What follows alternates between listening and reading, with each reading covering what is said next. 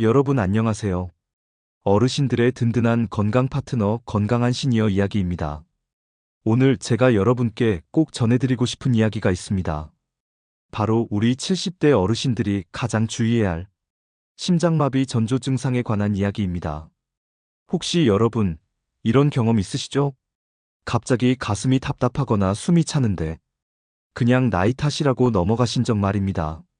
아니면 왼쪽 팔이 아픈데 어깨 결림 정도로 생각하신 적은요?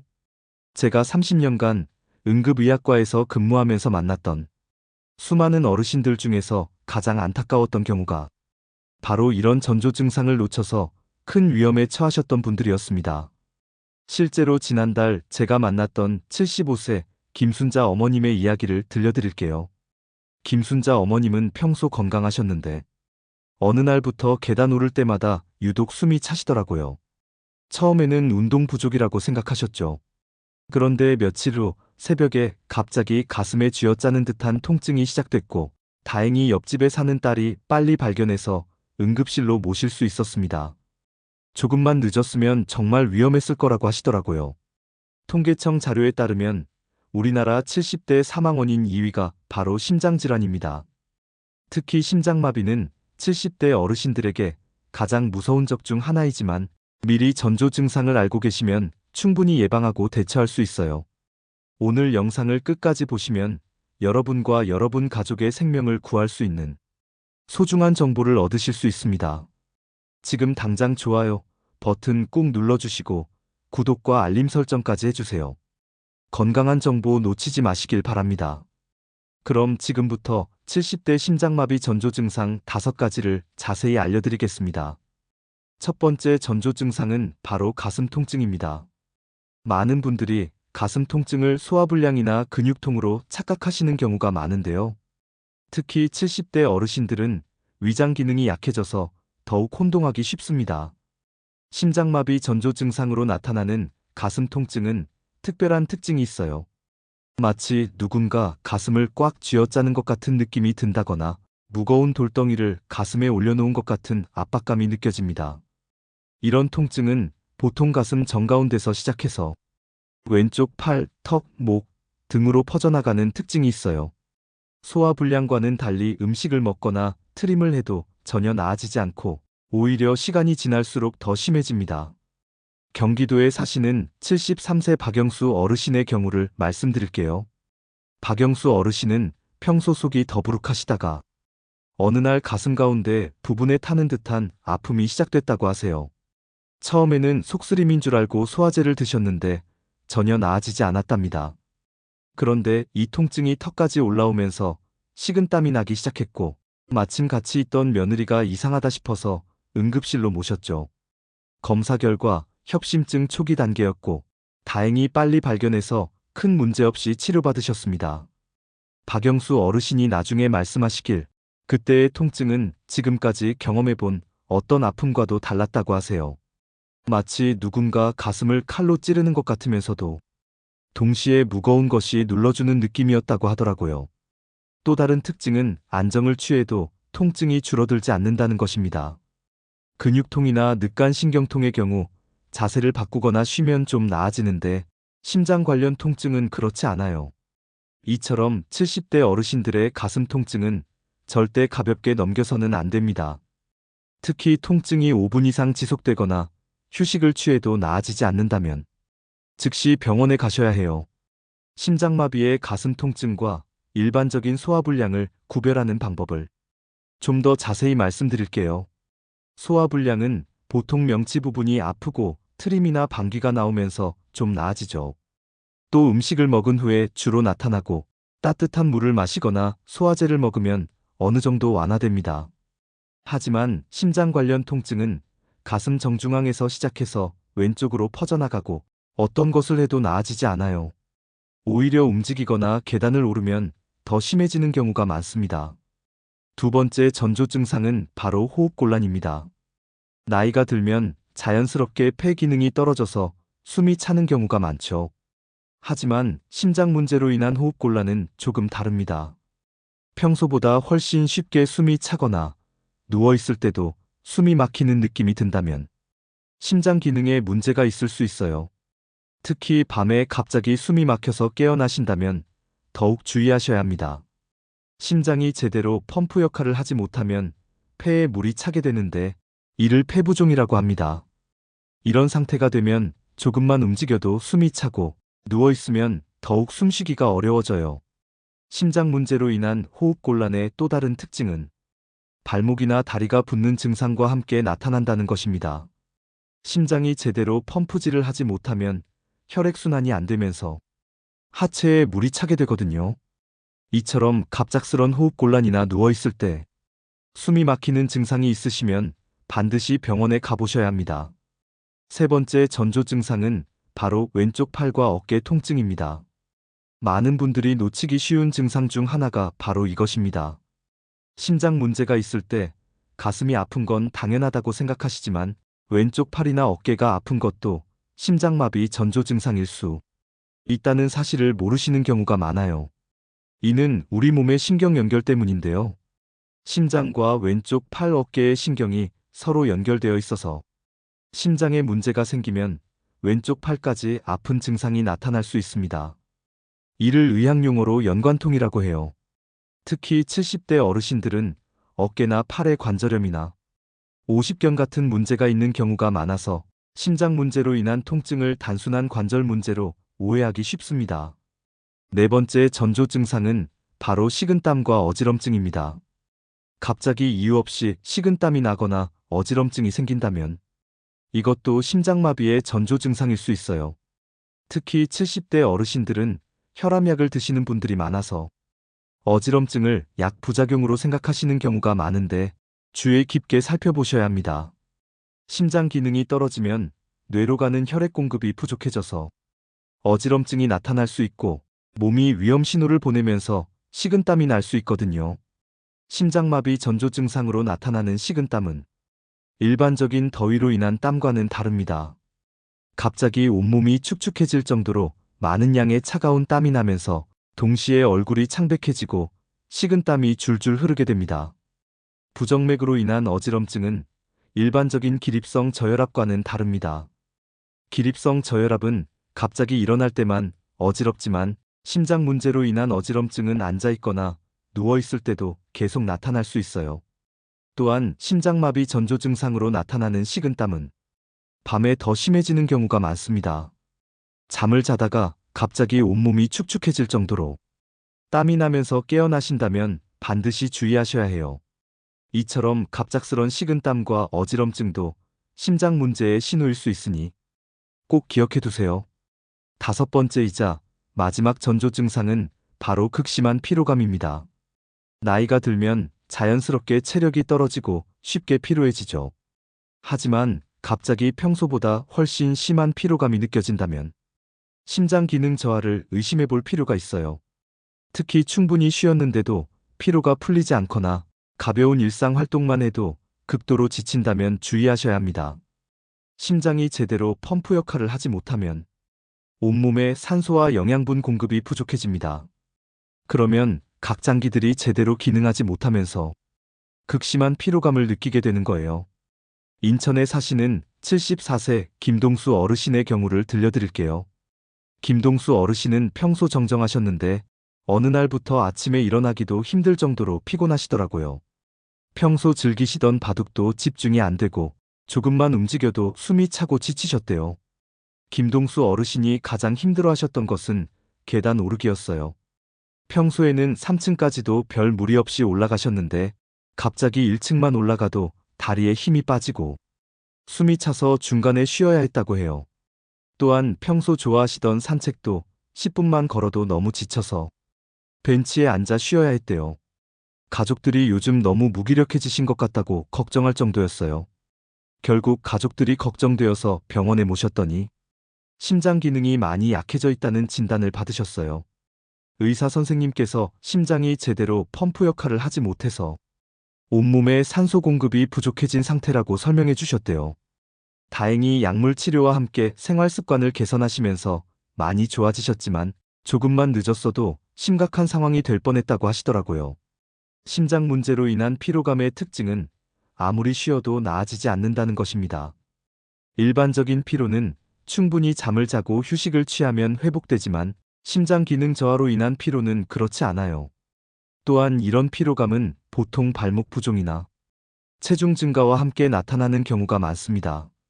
심장이 제대로 일하지 못하면 체내에 수분이 쌓이면서 몸이 붓고 체중이 늘어나거든요. 이처럼 설명할 수 없는 극심한 피로감도 심장마비의 중요한 전조 증상이니까 꼭 기억해 두세요. 여러분, 지금까지 심장마비의 5가지 전조 증상을 말씀드렸는데요. 가슴 통증, 호흡곤란, 왼쪽 팔과 어깨 통증, 식은땀과 어지럼증, 그리고 극심한 피로감이었습니다. 이 중에서 한 가지라도 해당되신다면 절대 혼자 참지 마시고 즉시 병원에 가셔야 해요. 특히 여러 증상이 함께 나타난다면 더욱 빨리 응급실로 가셔야 합니다. 그런데 여기서 중요한 건 혼자 계실 때 이런 증상이 나타나면 어떻게 해야 하느냐는 것입니다. 지금부터 혼자 있을 때 심장마비 응급 상황에 대처하는 방법을 자세히 알려드릴게요. 첫 번째, 즉시 119에 신고하세요. 혼자 계실 때 심장마비 증상이 나타나면 가장 먼저 할 일은 119에 신고하는 것입니다. 전화를 걸면 상황실에서 친절하게 안내해드리니까 당황하지 마시고 차근차근 설명하세요. 70대인데 갑자기 가슴이 아프고 숨이 차요라고 간단 명료하게 말씀하시면 됩니다. 그러면 구급대원이 빨리 출동해서 응급처치를 해드릴 거예요. 119에 신고할 때는 몇 가지 중요한 정보를 미리 준비해 두시면 좋습니다. 현재 복용 중인 약물 목록, 알레르기가 있는 약물, 과거 병력 등을 간단히 메모해서 핸드폰에 저장해 두세요. 실제로 서울에 사시는 77세 박정자 어머님은 핸드폰 메모장에 당뇨약 메트포민 복용 중, 아스피린 알레르기 있음, 고혈압 병력 10년이라고 적어두셨는데 응급 상황에서 큰 도움이 되었다고 해요. 또한 119에 신고한 후에는 현관문을 열어두세요. 의식을 잃을 수도 있기 때문에 구급대원들이 쉽게 들어올 수 있도록 미리 문을 열어두시는 것이 좋습니다. 두 번째, 아스피린을 복용하세요. 만약 집에 아스피린이 있다면 하나를 씹어서 드세요. 아스피린은 혈전을 막아주는 효과가 있어서 장마비 초기에 도움이 될 수 있어요. 중요한 것은 아스피린을 그냥 삼키는 것이 아니라 씹어서 드시는 것입니다. 씹어서 드시면 입안의 혈관을 통해 더 빨리 흡수되어 효과가 빨라집니다. 단, 아스피린 알레르기가 있으시거나 혈액 희석제를 드시고 계신다면 복용하지 마세요. 또한 위궤양이나 출혈성 질환이 있으신 분들도 주의하셔야 합니다. 광주에 사시는 72세 이순례 어머님은 심장마비 증상이 나타났을 때 미리 준비해둔 아스피린을 씹어서 드시고 119에 신고하셨는데 병원에 도착했을 때 의사 선생님께서 초기 대응을 잘하셨다고 칭찬하셨다고 해요. 세 번째, 편안한 자세를 취하세요. 의자에 앉거나 등받이에 기대어서 편안한 자세를 취하세요. 누우시면 오히려 숨쉬기가 더 어려워질 수 있어요. 넥타이나 벨트같이 몸을 조이는 것들은 풀어주시고요. 특히 옷깃 단추를 풀어서 목 주변을 편하게 해주시는 것이 중요합니다. 혈액순환이 잘 되도록 몸을 조이는 모든 것들을 느슨하게 해주세요. 바닥에 앉으실 때는 벽에 등을 기대고 앉으시는 것이 좋습니다. 이렇게 하면 혈액이 심장으로 돌아가는 것을 도와주고 의식을 유지하는 데 도움이 됩니다. 네 번째, 기침을 해보세요. 의식이 있으시다면 강하게 기침을 해보세요. 기침할 때 나오는 압력이 심장을 자극해서 혈액순환에 도움이 될 수 있어요. 2초마다 한 번씩 강하게 기침하시면 됩니다. 이것을 기침 심폐소생술이라고 하는데 심장이 불규칙하게 뛸 때 리듬을 맞춰주는 역할을 할 수 있습니다. 다만 이는 응급 상황에서 119가 올 때까지의 임시 방편이니까 꼭 병원 치료를 받으셔야 해요. 다섯 번째, 절대 혼자 운전하지 마세요. 아무리 급해도 혼자서 운전해서 병원에 가시면 안 됩니다. 운전 중에 의식을 잃으시면 더 큰 사고로 이어질 수 있어요. 반드시 119를 부르시거나 가족, 이웃에게 도움을 요청하세요. 실제로 작년에 대전에서 70대 어르신이 심장마비 증상이 나타났는데 혼자 운전해서 병원에 가려다가 신호등에서 의식을 잃고 사고가 난 경우가 있었습니다. 큰 부상은 없었지만 정말 위험한 상황이었어요. 이제 심장마비를 예방하는 생활 습관에 대해서도 자세히 말씀드릴게요. 첫 번째 예방법은 규칙적인 운동입니다. 70대 어르신들에게 가장 좋은 운동은 걷기입니다. 하루 30분씩 주 5회 정도 걸으시면 심장 건강에 큰 도움이 되어요. 처음에는 10분부터 시작해서 점차 늘려가시면 됩니다. 걷기의 좋은 점은 관절에 무리가 가지 않으면서도 심장을 튼튼하게 만들어준다는 것입니다. 또한 혈압을 낮추고 콜레스테롤 수치를 개선하는 효과도 있어요. 수영이나 자전거 타기도 좋지만 관절에 무리가 가지 않는 걷기가 가장 안전하고 효과적이에요. 특히 아침 공기가 맑을 때 산책하시면 기분도 좋아지고 심장 건강에도 도움이 됩니다. 운동할 때 주의할 점은 갑자기 무리하지 않는 것입니다. 처음에는 천천히 걷기부터 시작해서 몸이 적응되면 점차 속도를 높이고 시간을 늘려가세요. 또한 운동 전후에는 반드시 스트레칭을 해주세요. 특히 다리와 허리 스트레칭은 혈액순환을 도와주고 부상을 예방하는 데 도움이 됩니다. 두 번째 예방법은 올바른 식습관입니다. 짠 음식과 기름진 음식은 최대한 줄이시고 신선한 채소와 과일을 많이 드세요. 특히 등 푸른 생선은 오메가3가 풍부해서 혈관 건강에 도움이 됩니다. 나트륨 섭취를 줄이는 것이 특히 중요합니다. 하루 나트륨 섭취량을 2000mg 이하로 제한하시는 것이 좋아요. 김치, 젓갈, 라면 같은 짠 음식은 가급적 피하시고 요리할 때도 소금 대신 허브나 향신료를 사용해 보세요. 포화지방과 트랜스지방도 피해야 합니다. 튀긴 음식, 삼겹살, 버터, 마가린 같은 음식들은 혈관에 나쁜 콜레스테롤을 증가시킬 수 있어요. 반면에 도움이 되는 음식들도 많습니다. 고등어, 연어, 참치 같은 등 푸른 생선에는 오메가3 지방산이 풍부해서 혈관 건강에 좋습니다. 또한 견과류, 올리브오일, 아보카도 같은 불포화 지방은 좋은 콜레스테롤을 늘려줍니다. 부산에 사시는 75세 조명자 어머님은 심장 건강을 위해 식단을 바꾸셨어요. 아침에는 오트밀에 블루베리를 넣어서 드시고 점심에는 현미밥에 생선구이, 저녁에는 채소 위주의 식단으로 바꾸셨더니 3개월 만에 콜레스테롤 수치가 30% 개선되었다고 해요. 금연은 말할 것도 없고 술도 하루 한 잔 정도로 제한하세요. 과도한 음주는 혈압을 올리고 심장에 부담을 줄 수 있습니다. 커피는 하루 2-3잔 정도는 괜찮지만 너무 진하게 드시지 마세요. 카페인이 심장 박동을 빠르게 할 수 있거든요. 세 번째 예방법은 스트레스 관리입니다. 스트레스는 심장에 가장 나쁜 영향을 미칩니다. 가족관계나 경제적 걱정 등으로 스트레스를 받으시면 혈압이 올라가고 심장에 부담을 줄 수 있어요. 만성적인 스트레스는 코르티솔이라는 호르몬을 증가시켜서 혈압을 올리고 혈관을 손상시킵니다. 또한 스트레스를 받으면 심장 박동이 빨라지고 불규칙해질 수 있어요. 취미 활동을 통해 스트레스를 풀거나 친구들과 대화하며 마음을 나누시는 것이 좋습니다. 서예, 그림 그리기, 원예 같은 정적인 취미나 노래, 악기 연주 같은 활동적인 취미 모두 도움이 됩니다. 명상이나 요가도 도움이 되지만 무리하지 마시고 자신에게 맞는 방법을 찾으세요. 간단한 복식 호흡만으로도 충분히 스트레스를 줄일 수 있어요. 네 번째 예방법은 정기적인 건강검진입니다. 70대가 되시면 최소 6개월에 한 번은 병원에서 심장 검사를 받으시는 것이 좋습니다. 심전도, 심장 초음파, 혈액 검사 등으로 심장 상태를 정확히 파악할 수 있어요. 심전도는 심장의 전기적 활동을 측정해서 부정맥이나 심근경색을 발견할 수 있습니다. 심장 초음파는 심장의 구조와 기능을 자세히 볼 수 있어서 심부전이나 판막 질환을 조기에 발견할 수 있어요. 혈액 검사에서는 콜레스테롤, 중성지방, 혈당, 염증 수치 등을 확인합니다. 이런 수치들이 모두 심장 건강과 직결되어 있거든요. 다섯 번째 예방법은 충분한 수면입니다. 하루 7-8시간의 충분한 수면이 심장 건강에 매우 중요합니다. 수면 부족은 혈압을 올리고 스트레스 호르몬을 증가시켜서 심장에 부담을 줄 수 있어요. 수면의 질도 중요합니다.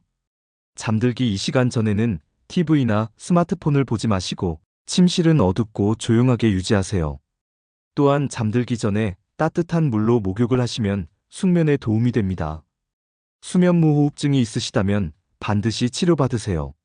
수면무호흡증은 잠을 자는 동안 호흡이 멈춰서 심장에 큰 부담을 주는 질환입니다. 이제 심장마비에 대한 오해들을 풀어드릴게요. 첫 번째 오해는 심장마비는 갑자기 온다는 것입니다. 많은 분들이 심장마비는 전혀 예고 없이 갑자기 온다고 생각하시는데 사실 대부분 전조 증상이 있습니다. 오늘 말씀드린 5가지 증상들을 미리 알고 계시면 충분히 예방할 수 있어요. 두 번째 오해는 심장마비는 남성에게만 온다는 것입니다. 실제로는 여성에게도 똑같이 위험합니다. 특히 폐경 후 여성들은 여성 호르몬 감소로 인해 심장병 위험이 높아집니다. 세 번째 오해는 심장마비가 오면 반드시 가슴을 움켜쥐고 쓰러진다는 것입니다. 실제로는 가슴 통증 없이 숨이 차거나 피로감만 느끼는 경우도 많습니다. 특히 여성이나 당뇨병 환자분들은 전형적이지 않은 증상을 보이는 경우가 많아요. 네 번째 오해는 나이가 많으면 심장마비는 어쩔 수 없다는 것입니다. 올바른 생활 습관과 꾸준한 관리로 충분히 예방할 수 있습니다. 실제로 90세가 넘어서도 건강한 심장을 유지하시는 분들이 많아요. 마지막으로 심장마비 후 회복에 대해서도 말씀드릴게요. 심장마비를 겪으신 후에도 적절한 치료와 관리를 받으시면 일상생활로 복귀하실 수 있습니다. 중요한 것은 의사의 지시를 잘 따르시고 꾸준히 약물을 복용하시며 생활 습관을 개선하시는 것입니다. 심장 재활 프로그램에 참여하시는 것도 큰 도움이 됩니다. 전문의의 지도 하에 안전하게 운동하고 교육을 받으실 수 있어요. 여러분, 오늘 말씀드린 내용들을 꼭 기억해 두시고 실천하세요. 심장마비는 예방할 수 있고 전조 증상을 미리 알면 충분히 대처할 수 있습니다. 가장 중요한 것은 자신의 몸에 관심을 가지시고 작은 변화라도 놓치지 않는 것입니다. 나이가 들면 어쩔 수 없지라고 생각하지 마시고 몸이 보내는 신호에 귀를 기울여 주세요. 혹시 궁금한 점이 있으시면 댓글로 남겨주세요. 여러분의 경험담도 다른 어르신들에게 큰 도움이 될 수 있으니 부담 없이 공유해 주시면 감사하겠습니다. 오늘 영상이 도움이 되셨다면 좋아요 버튼 꾹 눌러주시고 구독과 알림 설정까지 해주세요. 여러분과 여러분 가족의 건강을 지키는 정보를 계속 전해드리겠습니다. 여러분의 건강한 하루하루가 모여서 건강한 노년이 됩니다. 오늘부터 당장 실천해보세요. 건강한 하루 보내시고 감사합니다.